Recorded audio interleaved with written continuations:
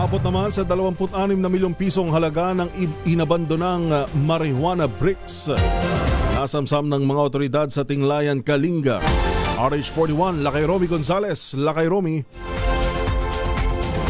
Na-recover ng mga operatiba ng Kalinga PNP ang 11 sako na may lamang marijuana bricks sa sadyang iniwan sa sitio Tangilig, Barangay Upper Bangad, Tinglayan, Kalinga.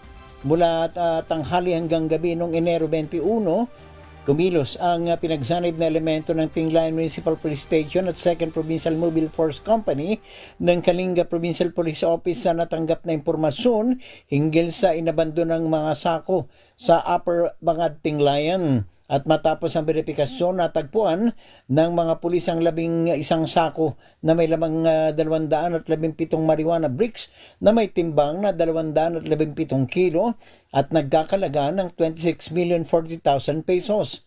Ang mga naturang kontrabando ay malamang nasadyang iniwan ng mga individuals sa isang liblib na lugar at hindi na itinuloy ang iligal na pagbiyahe palabas sa Tinglayan.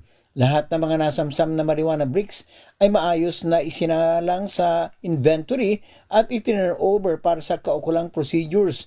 Bagaman walang nahuling suspect sa operasyon, lalo pang pinag-ibayo ng PNP ang kanilang investigasyon at intelligence activities para matukoy at na masundan ng mga responsable kasama ang posibleng drug networks na nag-ooperate sa Cordillera Region at kalapit na lugar. Ito si RH41 Romy Gonzales para sa DZRH. Una sa Pilipinas, una sa Pilipino. Magandang umaga!